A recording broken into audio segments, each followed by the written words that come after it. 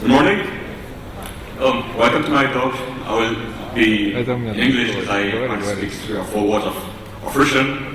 So first of all, I'd like to thank the organizers of Zero Nights for inviting me here. Well, it looks like a great conference, so thank you guys. It's also my first time to Russia, so far so good. Or just yesterday night. So I'm happy to be here. I'm happy to talk about cryptography. It was great by Alex just before, and he talked about vulnerabilities. And many of those vulnerabilities in software and cryptography, we've heard about Heartbeat and everything this year, so very few words about me. So I'm coming from Switzerland. I'm working in a company called Podolsky. I do research in cryptography, in security. I've heard some of those names played to some ciphers design. Right. So, do you know where this guy is from? Heartbeat? Yeah, maybe. Heartbeat is the bug of the year. So what this bug was doing was very bad. It took some input from the user, a payload, and it essentially copied memory from the server back to the user because of some missing bound checks. So it was supposed to take only a small amount of memory from the server and send it back to the client for some obscure reason, but it didn't check the bound that the user was given. So you could ask for maybe a few kilobytes instead of 16 bytes, and you would get memory from the server, including maybe cookies or maybe private keys. That was really bad. You heard about it in the news. So, as I said before, bugs in software are really bad because it can crash software, it can give you incorrect input, it can do very bad things. But bugs in crypto software can be generally even worse because we use crypto to protect sensitive stuff. So when the crypto screws up, this sensitive stuff might be exposed. It means potentially leak of private keys, secret documents, even of your communications. It's maybe not as bad as the worst software bugs. Of course, if you can do remote code execution, you can do everything and it can be worse than crypto compromise. But bottom line is that if you have a bug, maybe not, but as I said, it can have dramatic consequences. If you think your communication is secret and you expose sensitive stuff, and if your enemy is reading what you're saying, then bad things can happen. You've also heard maybe about this bug. Go to fail. Just surprisingly, the first time I looked at the code, I was like, okay, go to fail. It was in the verification certificate to check certificate is valid. So I said, okay, go to fail, we'll go to failure, which means that every time you will fail verification of certificate. Actually, it's not that way. If you go to fail, you don't necessarily fail. What happens is that you do a couple of checks, and then you do this SSL row verify, SSL row verify. And you set an error code error here, and when you go to the fail label, you will verify the value of this error value. And if error is not wrong, then you will not fail. So what happened in this case is that you bypass the verification, you always go to fail. But since the fail value has not been set, the verification has not been done, you will not fail. The certificate will be accepted, even though it's wrong. And it's not in some obscure open source project by some clueless guy. It's by Apple. So Heartbeat, OpenSSL, go to fail Apple is very stupid bugs by people who are supposed to be experts. Can you imagine what can happen in a project of people who are not experts? It was unquestioned bug when it couldn't be detected. You might say, okay, we have static analyzers. It's the job of these programs to check that. In the case of Heartbeat, it was not detected. Because the program in OpenSSL, I don't know if you looked at it, but it's extremely complex. And in the case of GoToFail, as far as I know, it was detected by some analyzers. But there were plenty of other issues. It was detected maybe as unreachable code, but there were a lot of unreachable code, so it was not that easy to spot. Alright, so if you compare crypto bugs to standard bugs, they're somewhat less understood because there's fewer experts in cryptographic coding, and also fewer tools. The tools are generally done for general purpose software, but not optimized for crypto code. So I mentioned OpenSSL, Apple, that's maybe the top of the iceberg because there are many more code that nobody is looking at. You can imagine that OpenSSL is used a lot, so a lot of people are looking at it. I don't know, but most of people are looking at the obscure project that few people are using. So my talk, I will start by saying a few words about OpenSSL. This is just my personal point of view. Then I will give some guidelines if you're a software developer, very simple rules of what to do, what not to do when you're implementing crypto before conclusion. So you often, I don't know if you're on Twitter or whatever, you often hear people saying that OpenSSL sucks, it's a piece of whatever. Well, I don't know, because they try to do, they are very extremely ambitious. They implement all this stuff and many more. So S1 processing, certificate management, a lot of crypto that things you've never heard about, even RSA, DSA, different mined tickers, Camellia. What's heard about Camellia? Okay.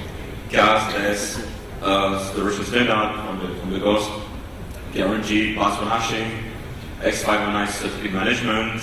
They even support some cryptographic accelerators, and they implement all the versions of SSL and TLS a lot of stuff, too much stuff maybe. And it's not just on your favorite Windows on Xbox. It supports many Unix versions, BOS, even DOS, thing from the 80s. HPX, macOS Classic, the older version, Network and VMS Ultrix, and even 16-bit Windows. I don't know who in the room is using 16-bit Windows, but probably no one.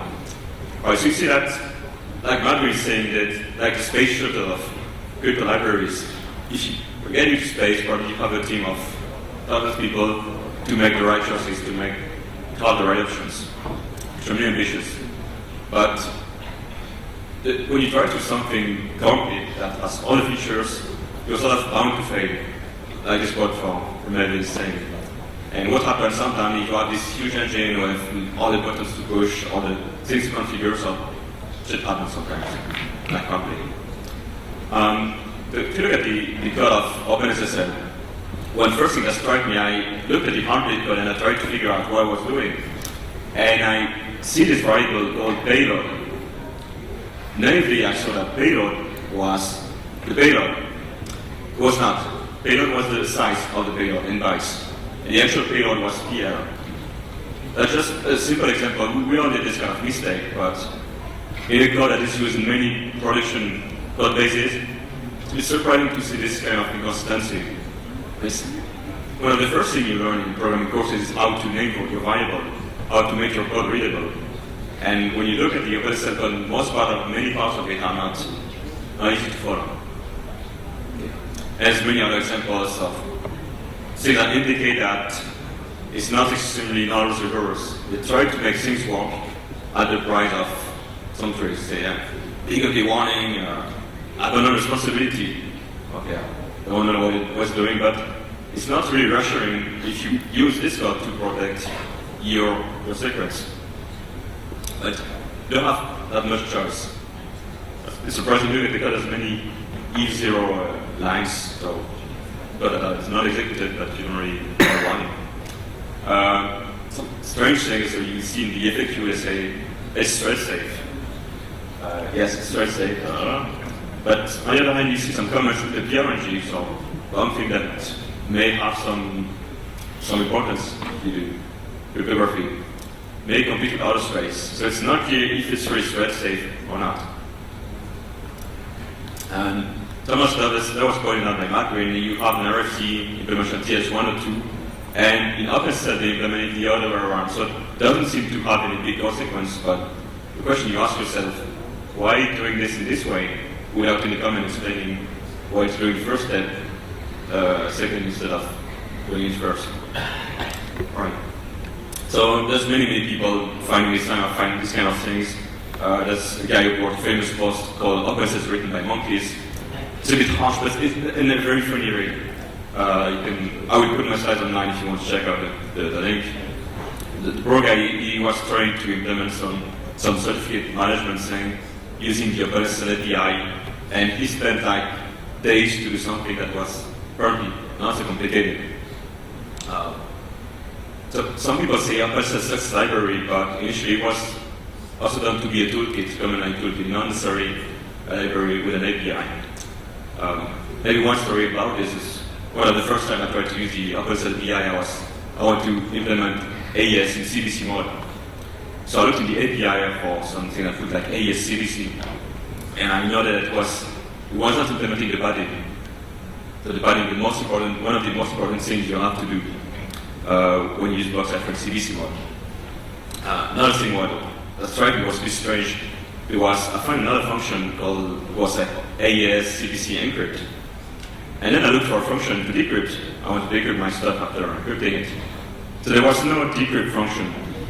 I had to use the encrypt function, but with a flag set to 1 instead of 0, or the other way around. It's strange. So it's easy to make fun and jokes about OpenSSL. Stupid code, but let's not blame the people. Let's try to understand why it's this way. So maybe the first thing is that instead of criticizing why didn't we try to improve the code, why didn't we try to review the code at home? I think many people were scared about looking at this code and saying, okay, let's give a responsibility and let them do the work.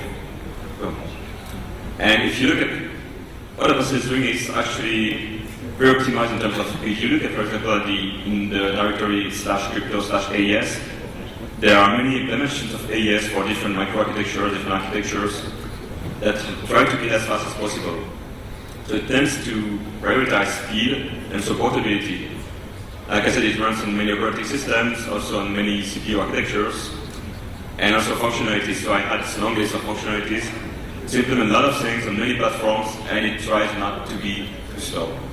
And I saw before the price of some dirty tricks of this kind of comment, quick and dirty, whatever, cheap, quick and dirty hash. Okay. They try to make things work, but not necessarily work securely. It seems that security is a bit of lesser priority, and usability as well. The API is not always consistent. If you want to decrypt stuff and you have to use a function encrypt, it's a bit hard. As a consistency, you have many people contributing to the project, but they don't necessarily have the same guidelines. And when I asked this to the OpenSSL people, I said, no, we don't have official coding guidelines. We try to make code look as the code around in the file we're editing. Recently, this year, I don't remember, it was in July, but last time I checked, it was dated in September. They published a security policy which describes things about how to report security issues and how they communicate. So this is good. It would have been even better if it were published much earlier, but they're trying to improve on this side. All right. So maybe the fundamental problem, I don't know if you've already tried to implement crypto, or even to use crypto, or even to try to understand what it's doing. It's complicated. I mean, I've been working on this since 2006. I did a PhD in crypto. So I'm an expert in the tiny area of crypto, but there's a lot of stuff that I don't understand.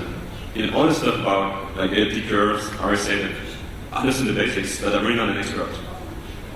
So if you want to write a decent crypto library, you have to be an expert in crypto algorithms, of course. And how you use them in practice is different from the theory. You also have to be an expert in software engineering, how to code and how to optimize software that it be as fast as possible, and know the language, know how to optimize your thing. So it's quite impossible if you're alone. You need a team, you need to manage this team, and it's complicated. And open source projects, they don't have the resources, they don't have the funding to make this kind of thing. And let's be the devil's advocate. Sometimes you look at the code by people who are software engineers. They have very good coding practices if the project is well organized, the code is formatted, the static analyzer, and so on. But sometimes they just use the wrong primitive, they just use the wrong algorithms because they're not crypto experts. To help this dual program that crypto people can't code and coders can't become crypto. So some people tell me, yeah, but what about create a new crypto library, like 20 enough of people and start it from scratch? Well, if you look at the amount of work to do this, it's probably unrealistic. At least if you want to have a new crypto library in the next maybe 5 years. So let's look at what are the alternatives if OpenSSL is so bad. There's a page on Wikipedia. We have a list. May have heard about CISSL, UTLS by the people, NSS, which is used in Firefox, and Chrome.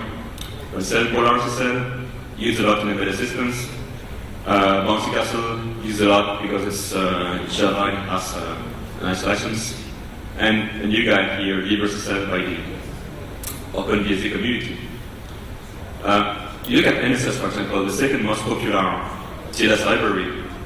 The code looks a bit better, but it also had a couple of CVs, and if I remember correctly, in 2013, last year, the number of CVs, I think they had even more CVs than OpenSSL.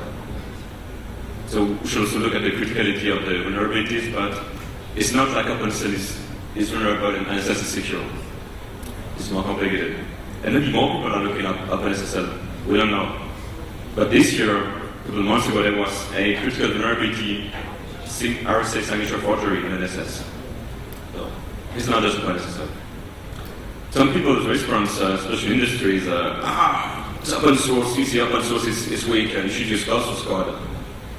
It's a well-known debate. No, it's not about open source things. There's long discussions between people, what is the most secure software, what is the most reliable open source or closed source.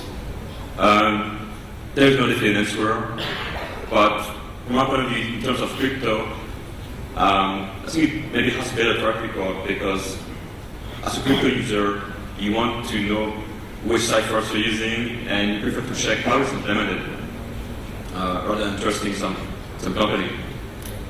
And sometimes you can also find flaws in closed source code. I mean, it's been proven that open source code tends to be better written up to some details. And you also have better insurance against backdoors. That's something pretty important in my opinion. So LibreSSL, which I mentioned before, so it's a project that was created, I think, right after a update came out by people from the OpenBSD community who are known to take security very seriously. Too seriously, according to some people.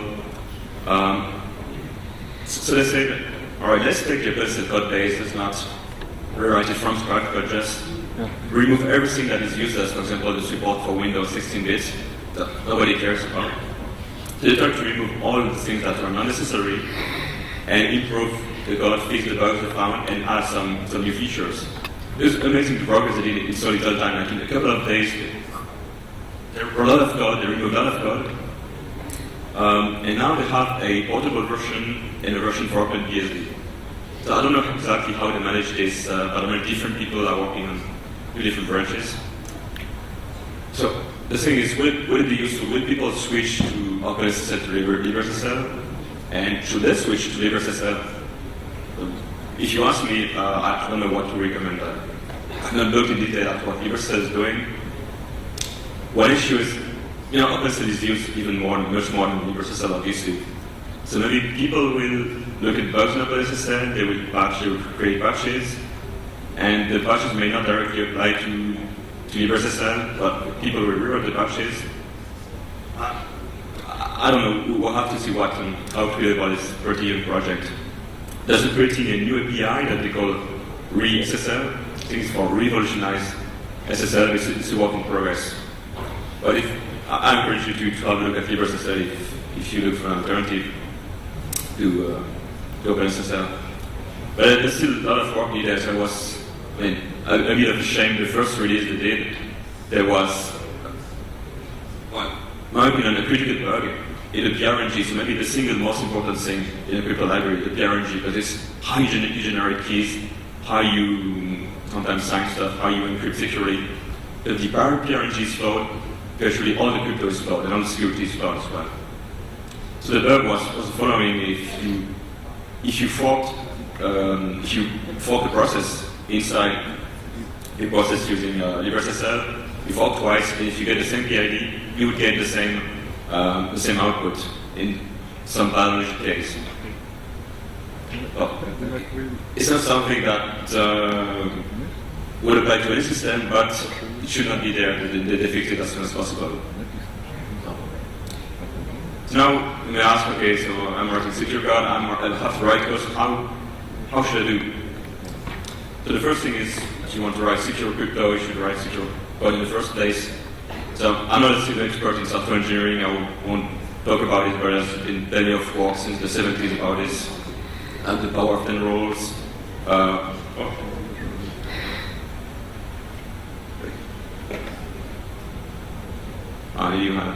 Where's full screen here?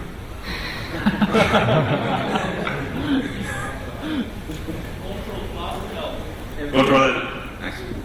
Thank you. I don't know that will be. There's plenty of books about secure coding. I heard those ones are quite good.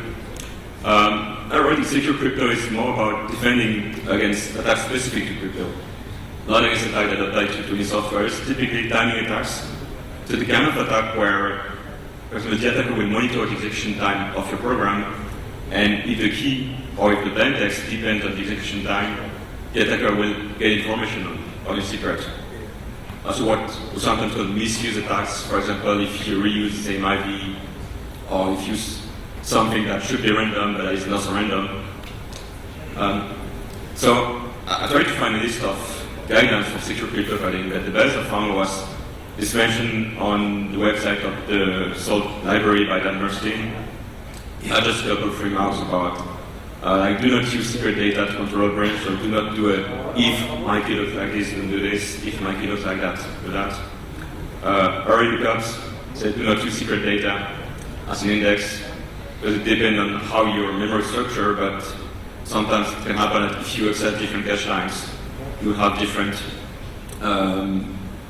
timings, different number of clock cycles to access the memory.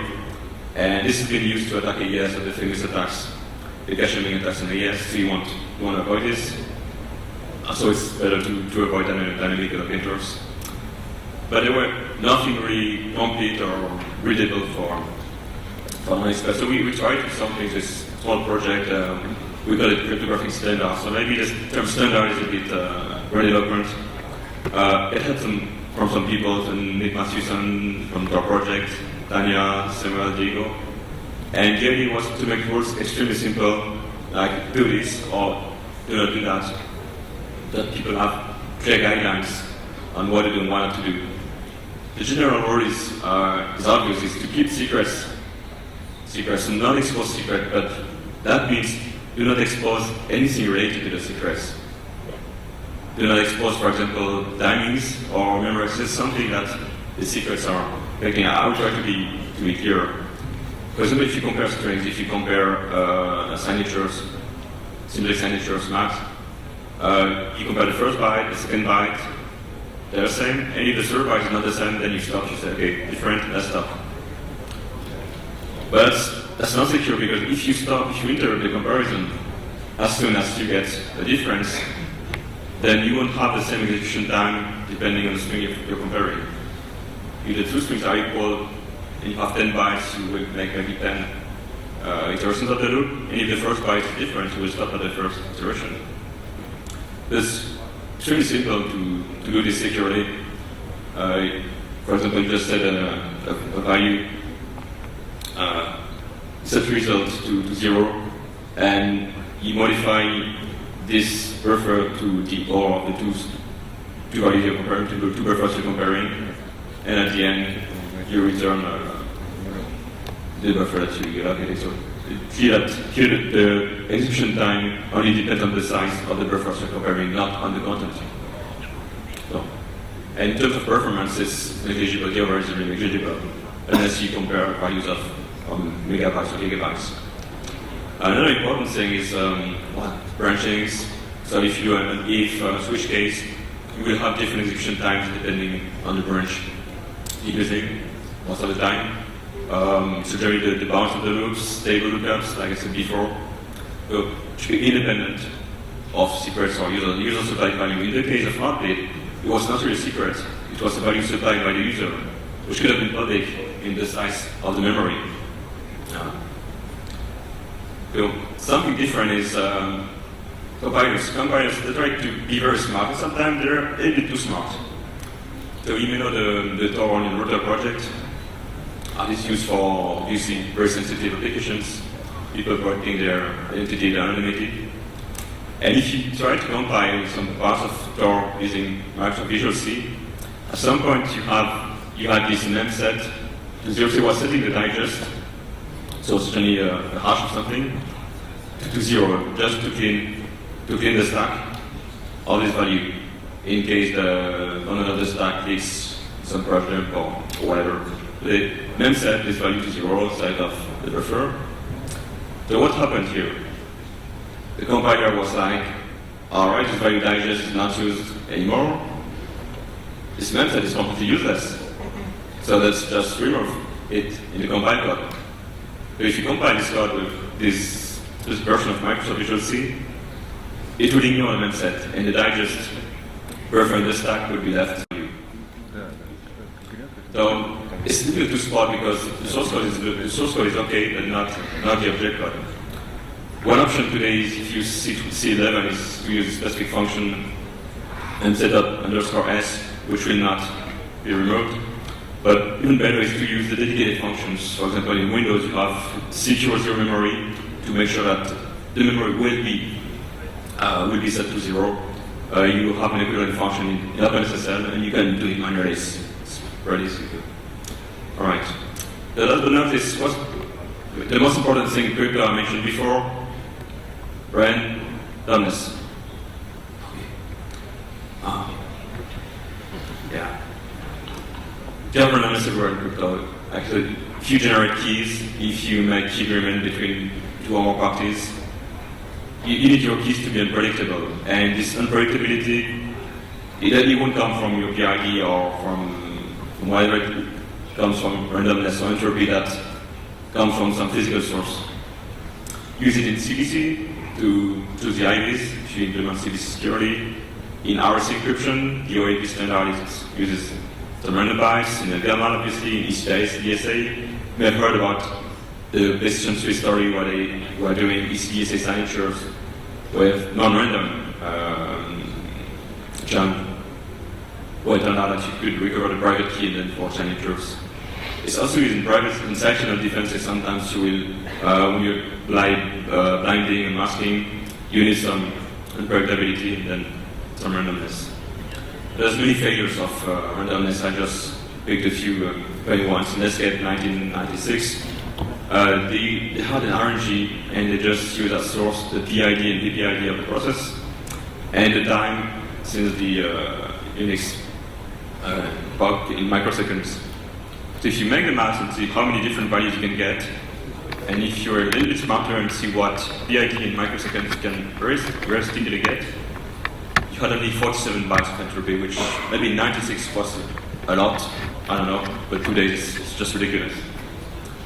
47 is ridiculous, but 32 is even more ridiculous. MediaWiki, so this thing that powers Wikipedia and many wikis on the planet, they use an RNG to generate password, and when you reset your password, they create a dummy one, and for authentication tokens. And they took maybe the single most popular RNG on Wikipedia. But it's RNG, not secure RNG. The big difference. If you do simulations, you don't care about security. If you do crypto, you do care about security.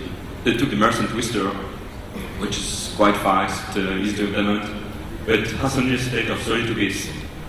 32 bits you could for this in seconds. This kind of PC. And it's only weak, it's linear, so fully broken, don't use it. Don't use it in crypto.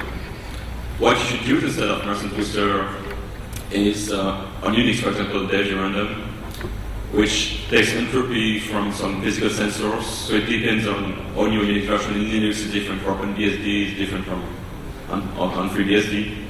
But it's generally quite reliable as long as you do other necessary checks. So in this small example, I just opened random randomly. I check that it's correctly opened, and I read some bytes. I check that I read the bytes that I want to get, and then I print them. If you want to be even more careful, there's a couple other checks to do. And you can go to the LibreSil.base or the crypto coding project I mentioned before. We have an example where we make all the possible checks to get a secure random. On Windows, just comment. Some people will say, yeah, that dev random is not secure. Dev random is better because it blocks when it doesn't have enough entropy. So that if you really try to use dev random, it blocks pretty fast. And the problem is that if you do not detect the blockings, then it can be even worse than bad randomness because you won't get any randomness at all if you forget to check. And honestly, dev random is fine in most of the cases. There's very few cases where you should use dev random and not dev random. So be careful with that. And on Linux, recently they're introducing a syscall so that you don't have to do all the stuff I showed before, then just make a system call, and you should get the randomness you need. On Windows, it's a little bit different. You have to use this crypto API, create a crypto context, check that it's been correctly open, and then use script and randomness. It should also be secure if you trust Microsoft and Windows and so on. But the problem with randomness is possible to fail in so many ways. You might get secure random bits, or from Dev random, or from crypto random, but then it depends what you do with them. There was a case, for example, I think it was in CryptoCat, where they used relatively strong randomness, but they used randomness to sample random objects. And the way they sampled random objects was not uniform. So you got more chances to get some values rather than others. Another issue in RNGs sometimes is it may produce good random numbers, but if the state is compromised, then the future random bits and the previous random bits made it. It's those notions of forward secrecy and backward secrecy. For example, if your PC, if your memory gets corrupted, gets compromised, you don't want the attacker to recover all the previous bits that were generated, or the future. Also, you might get strong randomness. Okay, this value is very strong, so let's reuse it. But I've seen this case too. You should always use fresh randomness, not use the same one. You should also not use the randomness of other people. There are third-party services. Things random that whatever people will sell you secure bits generated with the quantum, with radioactive decay or whatever. I mean, generate randomness yourself. Don't rely on other people. And so test your RNG. So that's all those rules that I mentioned. You can go to the website cryptocoding.net. If you find mistakes, there are probably mistakes, so I encourage you to report them.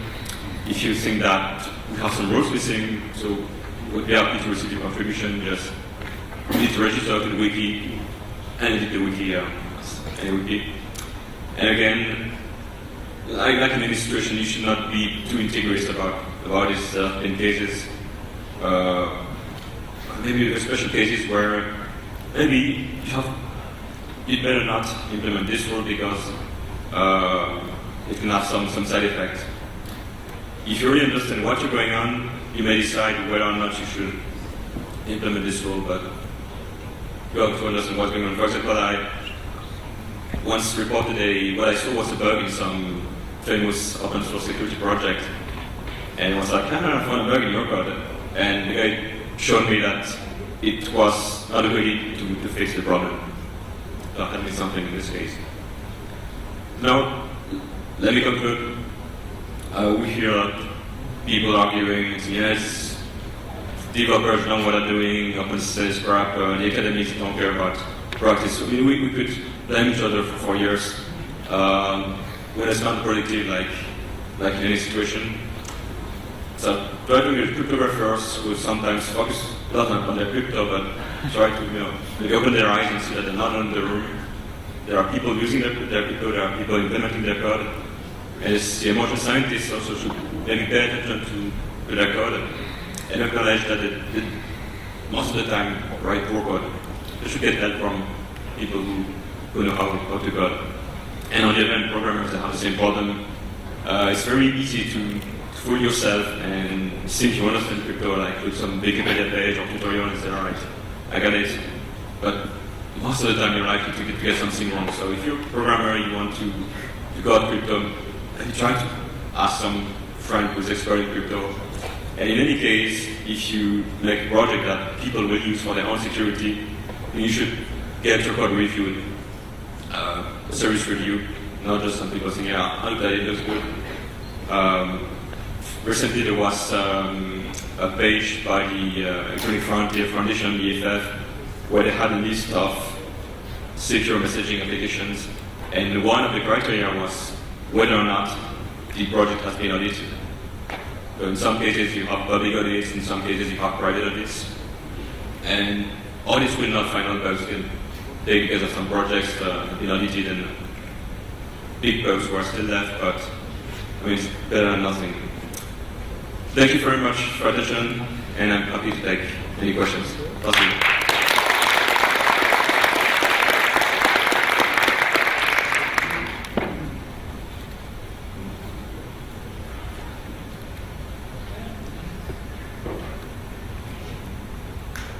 Questions?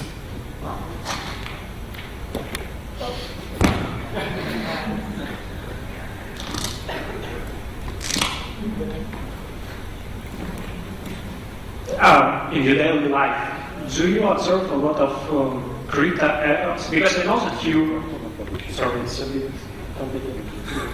I know that you review the code for hashing competition, and probably you participate also in the Caesar competition. Mm-hmm. So you see some crypto codes that are submitted for these competitions.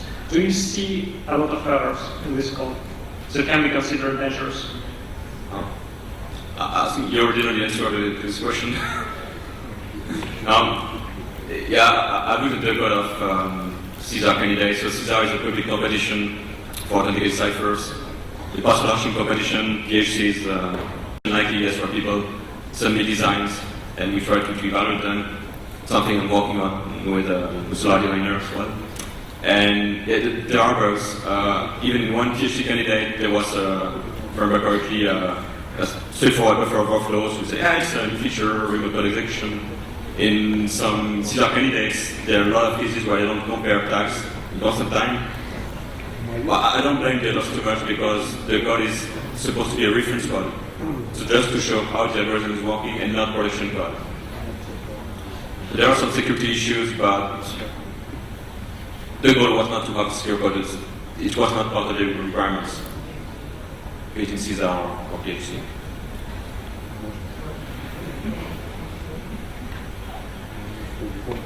A question?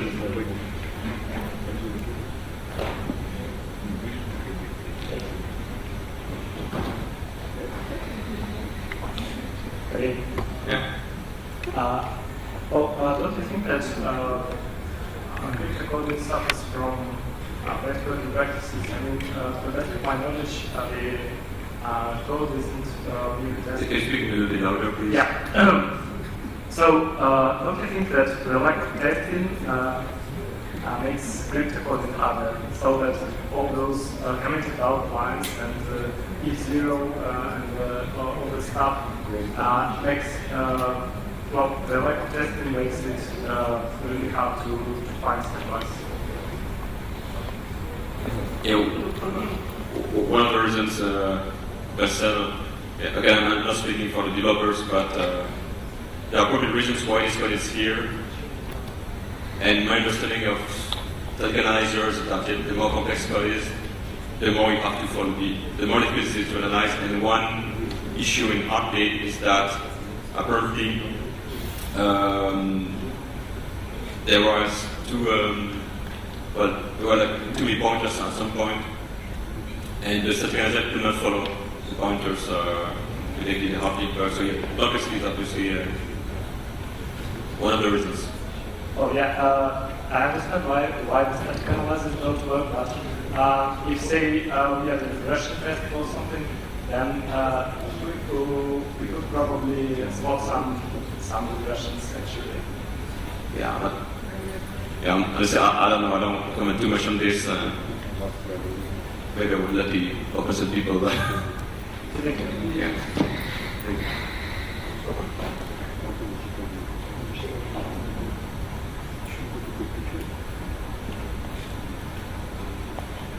So, there are.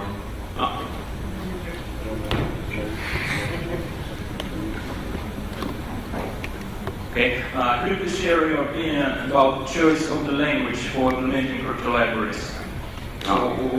When do you think languages that are currently chosen for implementing of major crypto libraries influence the rate of errors and rate of critical bugs this year? That's a very great question. So many libraries are written in C because that's how most of the time you can best optimize in terms of speed, and you get the more control and memory allocation and everything. But it's still the language where you C is also a language where you are the more likely to have critical bugs. Recently, one of the most trending languages is Rust because it's memory safe and it has some nice feature for crypto. And I know too that it's relatively fast. You can import C functions. So again, I'm not an expert in software engineering and programming languages, but I hear that a lot of people are interested in crypto and Rust. So that may be one option to investigate. Actually, I would like to learn Rust, but figure out how good it is. Thank you.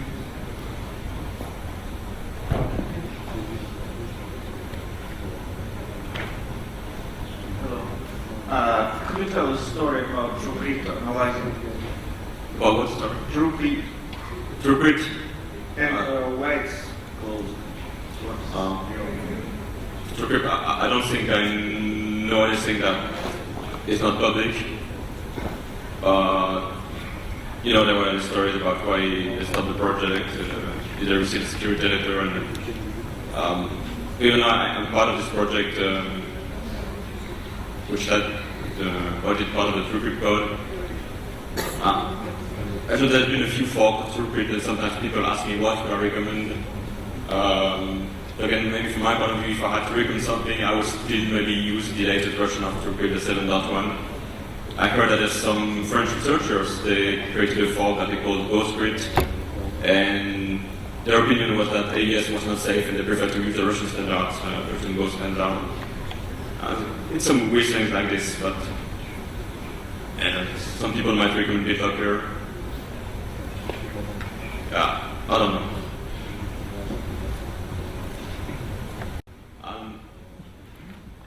The difficulties in open source projects. There are a few, so I don't want to advertise, but then, for example, I take the case of the project of Open Whisper Systems, which implements secure messaging and secure VoIP. I briefly looked at the code, and they seem to know what they're doing. And the code is public, the code is well written. No major bugs have been found. But I think in this project, they seem to have the right balance of, have some people who are very good at crypto, very good at coding. So that's maybe other example, but that's the one that comes to my mind.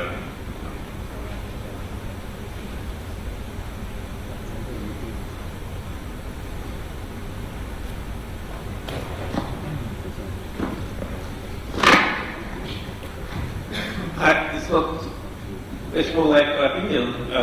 I think that